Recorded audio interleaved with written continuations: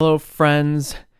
We are going to try something new. I get asked about how to do specific things in Livewire or Alpine, whatever, quite a lot. And usually I file those all away either in a little note or just in my brain of things people want to see me build. And then when enough of them build in one domain, like this data tables series that we just did, I create a whole series on it. I tackle the whole thing and I try to do it as best as possible. Well, I figure there's a lot of these random little things that don't really fit well into a whole series, or maybe they're not ready for a full series, but people still want to see me hack on things.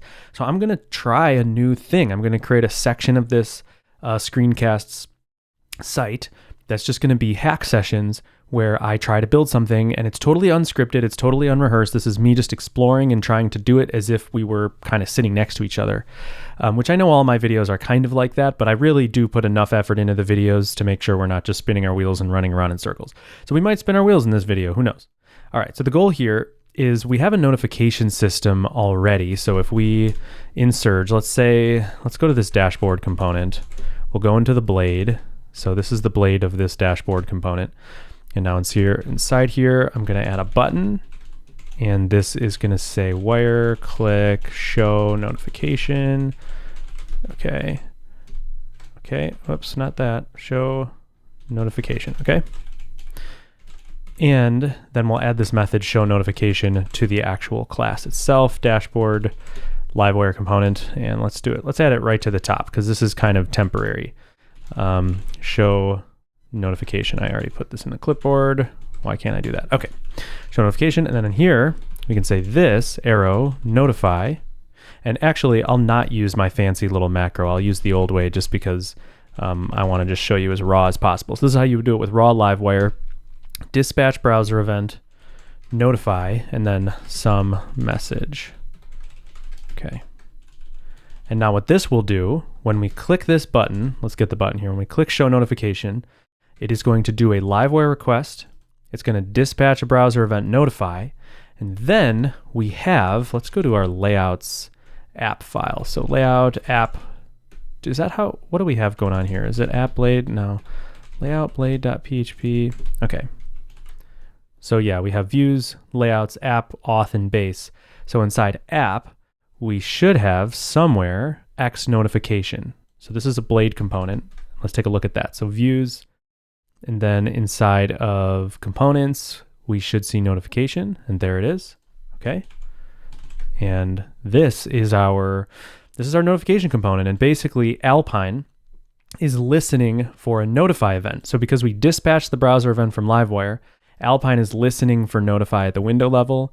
And the whole thing is an isolated Alpine component. It sets show to true, and it sets the message to the event, and it sets a timeout to hide it. So let's see it in action. If we hit show notification, there we go. We get that some message. And if we let's look at that payload. So if we get rid of the console, okay, we hit show notification. That was a Livewire request. We called the show notification method. And if we look at the response and under effects, there should be a dispatches. And then here it is. There's an event called notify with the data of some message. Okay. And then the Livewire's JavaScript picks up on that and goes, okay, they want to dispatch this notification event, and they do that. And then Alpine picks it up and shows that. So it's really nice. I mean, I love it because this notification Alpine component is its own island. It's its own isolated world. And then we're just dispatching an event. Yeah, I think it's a really good pattern. Okay, so here's what I want to do. We already built this in another video.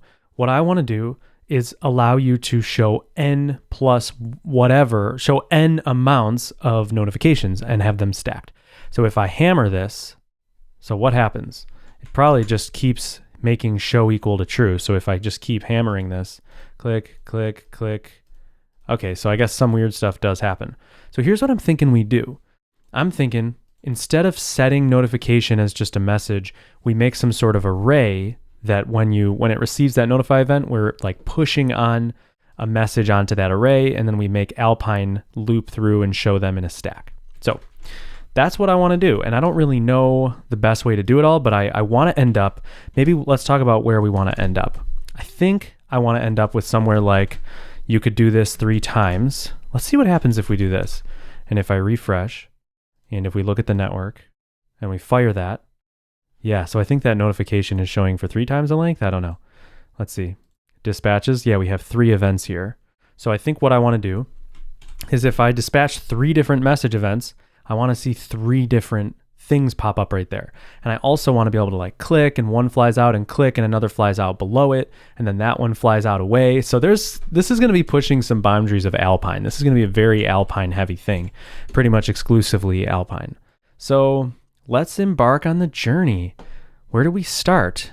What's the best place to start? Well, maybe, so show is false by default. What do we do here? So this is on notify. We can just kind of conceptually forget about this right now because we're not going to deal with actually firing the notifications. Let's just pretend, let's set show to true. Okay. And let's actually get rid of this completely just so we can have kind of a blank mental slate. And all this transition stuff, you know, this is all extra concerns. Here's really like the core of it. The core of it is literally a show toggle that toggles this X show on and off, and then a message that then, where's the message? Where does message get shown? Somewhere in here, I'm sure there's an X text message. Let's see, X text. Okay, it's down here. This is X text message, which then shows the message. Okay, so this is really the core of stuff. What is X description? Notification panel. I've never seen X description before. Did I add this? I don't understand what this is. This is crazy. Where did this come from? Maybe I stole this from Tailwind, and maybe Tailwind has an X description. Let's just see. Maybe I stole this whole component from Tailwind. Notifications. Okay, so this is Tailwind UI. Like I say all the time, if you haven't bought it, you can't copy and paste my Tailwind UI. If I copy and pasted it, you can't copy and paste it unless you bought Tailwind UI. That's just a licensing thing. So let's take a look at Adam's Alpine component. So if we do this and then this, and let's see, we have X. Yeah, X description. Where is X description used? Oh, that's so interesting. He must bind it to something. Crazy. I want to know what Adam does with X description. X description. Yeah, what is the deal with that? X description. Wow. Okay. That's really interesting. You know what I bet it is? I don't even know. I wish I knew. I bet who knows? I want to ask him. I'll ask him. Okay. So that's weird, but let's forget about X description because that's not code we wrote. That's funny. Okay. So here, and let's make a default message. Some message. Okay. So this is our thing, and I guess the closing still works. Okay. So I think the first thing to do is to design this as if it were multiple. So let's say that message becomes messages, and that this is an array of messages. Okay, and then the show state, this is pretty interesting because I don't know how this is going to work. Like, should each of these be like an Alpine component? I don't know. This is really freeform because I'm sipping tea while screen sharing. Well, I don't know how this is going to work. It might be like show index or something, you know? I don't really know. So let's just leave show, that little show thing out of it for a second. And this is messages, some message, and this will be other message. Okay. This is other message.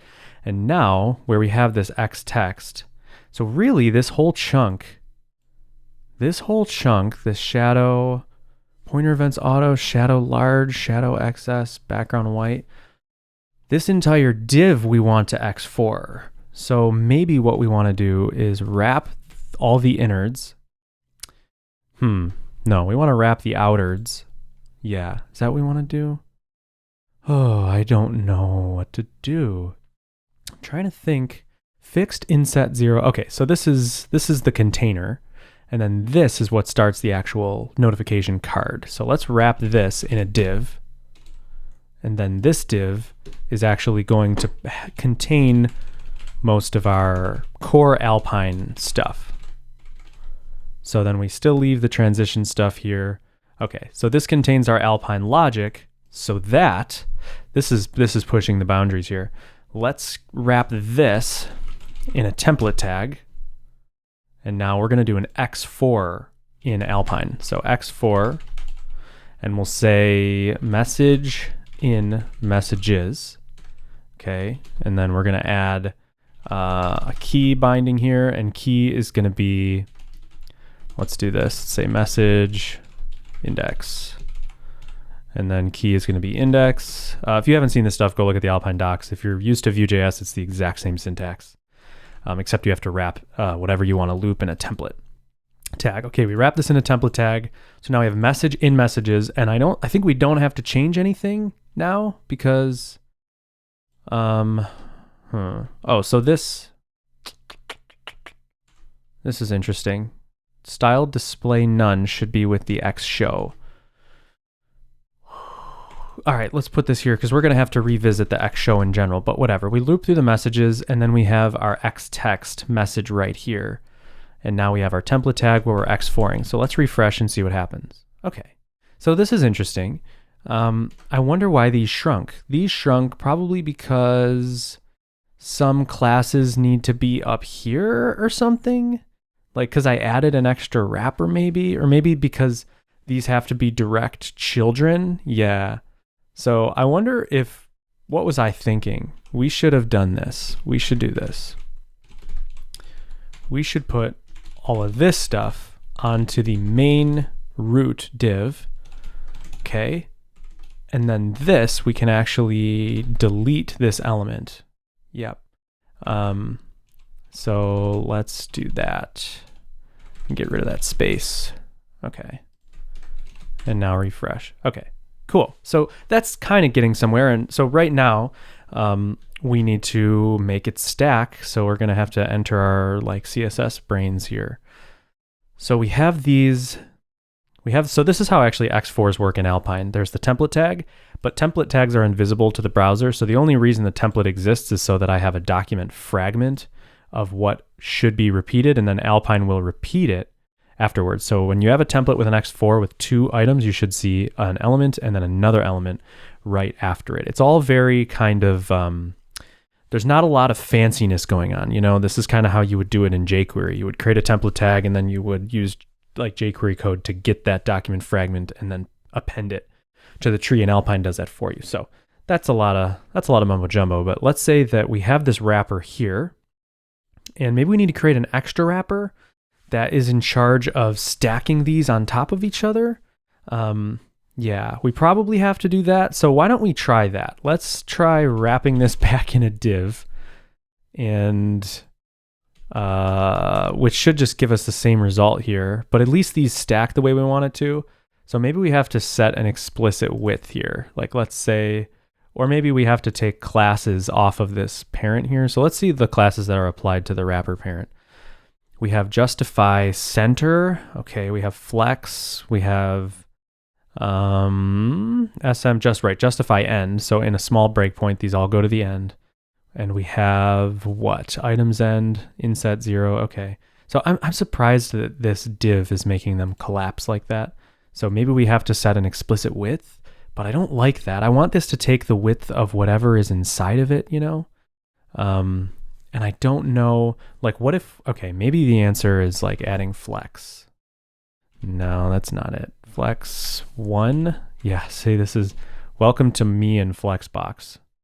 This is, okay, so flex 1. I don't even freaking know what flex 1 does. I just know that sometimes it makes the thing work. That's hilarious. So what does flex 1 do? Okay, it makes it take up the entire width of the thing, which is not what we want. Or is it? Is it what we want? We want, right? Like, why do these have their full width now? Because this has been flex 1'd. So, oh my gosh, this is, let's get rid of this intermediate div again, and let's see if we can somehow massage this into what we want, because we are doing flex here. Where are we doing flex? We're doing flex here. This is where we have flex and we have justify center. I wonder if we did flex col? Yeah. And let's say without justify center and without items end and without justify end, and without items start. Okay. So then let's try this. We're flex calling. So let's do items end is going to put them to the right. Because if you're not into Flexbox, like Justify is the x-axis. So if you x-axis, so if you justify end, it's going to put it at the end of the x-axis. And items end, items is the y-axis. So items end is down here, justify end is down here. But when you're doing flex col, the two are reversed. So if we are flex calling so that these stack in a column instead of horizontally, but now justify end is going to put them down here and items end is going to put them over here. So items end is what we want. And then, so that's good actually. This is good. That just means that that we're on the right track. And what we need to do is our items start here, we need to change to items end, which this is a small breakpoint item start, so we can just stick with the items end that already exists here. And then justify center, I don't think we want at all right now, but we'll stick with, so justify end, let's say justify start, which is going to be the top. All right, so let's refresh and see if this looks like the way we want it to, and it doesn't. All right, well, let's fix that. So I wonder what is wrong with it. This justify, I guess maybe it's the justify start. It has to be justify end. Oh, because I didn't add flex col. So flex and then flex col. Okay. And then refresh. Okay. So this is good. And now these, we're going to want some space between them. And because of our beautiful SpaceX, which I think we made this work. So let's try this. Fingers crossed here. Space Y 4. Ooh, yes. That's so good. This is why this is so good. Because the template tag exists and space. So if we look at the actual definition of space Y, let's take a look at space Y. Where's space Y? I guess we're not going to see it here. We're going to see it on one of these. So space Y, where are you, space Y? Huh. Well, I guess maybe I don't know how to find that with the DevTools because it's kind of a weird selector. Basically what space Y does is it will say in CSS, it would be like this in CSS. If you did like space, here would be the definition of space Y. Would be star, no. Space Y star plus star or something. Oh, space Y. Basically, it's like the direct child of space Y, but a sibling of the next sibling of the direct child of space Y will then have the spacing attached. And this is also that you don't have to conditionally only add space after the first one, you know? Or like, so the first one might have a margin bottom of 4, but the last one you don't want to have that margin bottom. So space Y is a way that takes care of that and adds the space on the wrapper thing. But here's the problem. We have a template tag, so it actually should break space Y, but I think I remember hacking on this with Adam and actually making the selector not include, like do some sort of, you know, not template or something. I wonder if, just for fun, because this is a hack session, if we look at Tailwind, oh, it's going to be minified, but whatever. If we look at Tailwind and if like Chrome can even load this because it's going to be so freaking huge. Let's see what happens if we look for space Y. So take a look at space Y. I can't even scroll to see it because it's so space Y. Okay, so here it is. So here's the definition. Dot space Y and then direct child, not template. Ha! This is why it's great that Adam likes Alpine, because this stuff happens in Tailwind, and Alpine, you know, is aware of Tailwind too. But look at this, space Y, not template, sibling, not template. So it is already template aware. That is just a cool nugget for you, a really deep nugget, but that's why it just magically works. So thank you, Adam, for making that magically work. That's really good news. Okay. So now we have our spacing pretty much set up. I guess the next thing is that if we do this, I want one of these to fly out and the other one to kind of like swoop down. And this is going to be the interesting thing. This is definitely going to be the interesting thing, the challenge of this. So far, what we've been doing is easy peasy. So, we got to add that space Y. So let's do that. We have our flex thing, and then let's do space Y 4. Yeah, that's good enough. Okay. All right. So let's make it so that these are independently show and hideable. So I don't know the best thing to do here. Taking a sip of tea, maybe we have an array of show indexes, or maybe we remove these entirely from the array. Like how to transitions with for transition with, all right, well, maybe we'll just try that. Maybe this is the right thing to do. Maybe we don't even have a show state, and we could do like show is equal to messages dot length, you know? This is going to blow up in our faces. Let's not do this right now. Yeah, let's not do that. Okay. What we want to do is when we click X, we want to remove that item from the array. So we know its current index as index. So why don't, instead of calling it index, we'll call it message index. Okay. And then let's say somewhere inside here, so where's our X? This is our X, and at click show equals false. Let's say at click messages dot, and now there's a bunch of different things we could do. Oh, what's the best thing to do? So we could splice. We could use dot splice to remove that item from the index.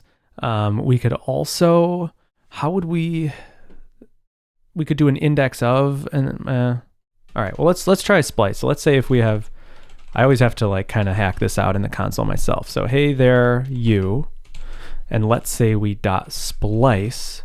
The start would be the index. Let's say we want to kill the there. So that the index of that would be 1. So let's say 1. And then the delete count would be 1. So if we hit enter, it returns us it returns us this array. But let's say let yo equals hey there you. Okay. And now yo dot splice 1 1. Okay. And now yo is equal to hey yo. Okay.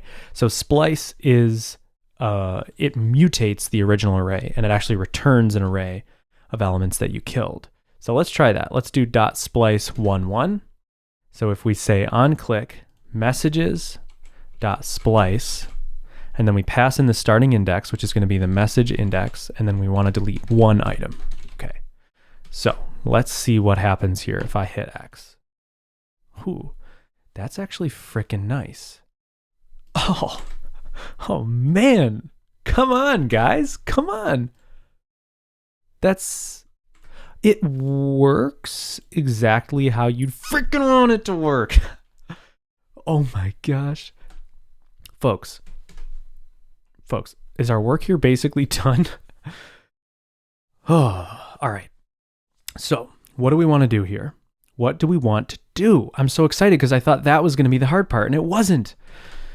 What we want to do is now put back in our little timer thing. So let's set messages. This might be like the easiest freaking thing in the world. Messages is going to be an empty array, so it's just chilling there. And this is just like before. We can still interact with our page. It's as if it doesn't exist. Then we want to listen for the notify event at the window level, okay? And now when we get that, we want to say messages.push and then event.detail, which is going to be the mess. So let's see what happens here. So show notification. And there's our 3 because we did those 3 things. Now we needed to set the timeout so that we kill these 3 things. So how do we do this? We need to get the index, right? We need to get the index. So when we messages, so if we do dot push yo, cool. And then let's push again. No, okay. Let's say yo equals empty array. And if we do yo dot push dot hey, it gives us 1. And there gives us 2. So dot push will push on the item, but it will return the new index, which is perfect. So when we push, we want to say, let's say let pushed index equals message.push. Okay. And then we want to do our set timeout for, what was that before? Let's look at the diff here. 2,500 milliseconds. So let's do this. Set timeout. And now we're going to do this, the same little splice thing that we did. So messages.splice. So let's do that. messages.splice. Okay, set timeout messages.splice, and this is going to be pushed index, and this is going to be 2500 milliseconds. Okay, ready, folks? Show notification, and then after 2.5 seconds, okay, we got some weird behavior going on. What's the weird behavior? Is it possible that the scoping doesn't work right? Or that, because if we remove one of these indexes, all the indexes change. So let's try a different approach. Let's say we're going to create a function for this Alpine component, okay? And this is going to be messages, and this is going to be remove, which is going to accept a message. And inside of here, we're going to say this.messages. What are we going to say? We're going to do, so if we have hey there, we have these two things. Index of hey will give you the index of the thing that you're looking for. So what we want to do is say this.messages.splice, and then the index we want to say this.messages.index of message. Yep. And then we want to delete one of those. So here, let's try this now. So instead of having to track these indexes, we would do something like this. We would say, let's say let message equal event.detail. So now we have a variable called message that is the event.detail. Event.detail, if you're not familiar with that, this is how Alpine's event system works. You can go look at it. But really, Alpine uses the browser event system, and browsers suggest that you store event details in event.detail. So that's what it comes through as. So we have message, messages.push, message, and then we set timeout. And then after the timeout, we want to remove that message. Okay. So let's try this. Show notification. These three show up, and then they disappear. That's absolutely perfect. So down here, we can do the same thing as well. We can say remove message. So let's try this. Show notification, we delete one, it removes one. It's pretty freaking solid. Yeah, I like that a lot. This is something I do, this is how you can add your own methods to reuse stuff, is just add them to the data. Little reusable things. And I'm fine with this big long thing here. If you're not, you can, do whatever you need to do. All right, so that's basically too easy. Is there anything, let's maybe look at the back end and see what we can clean up. So for starters, these can be notify. All right, well, let's maybe stress test this here. So if we added 6 of them, and then it deletes them in order. Are you so excited about this? I'm so excited. This is so much cleaner. Okay, so we can notify some message, because I added this macro, an app service provider. We have component macro notify that accepts a message, and then literally just does dispatch browser event notify, just so it's kind of a clean thing to do. Honestly, this is the way to go. Just call a bunch of Yep, that's the way to go. Okay, so now you can show as many of these as you want. And if we show a bunch of them and delete a few, they all just work. It's so beautiful. Oh my gosh. Okay, well, you know what? I think I'm going to call this a video, because we accomplished our goal here. We now can handle multiple notifications at the same time. And if we delete them, they will all work perfectly, and life is good. Thank you for watching. I hope you learned something watching me explore and hack. See you in another episode at some point.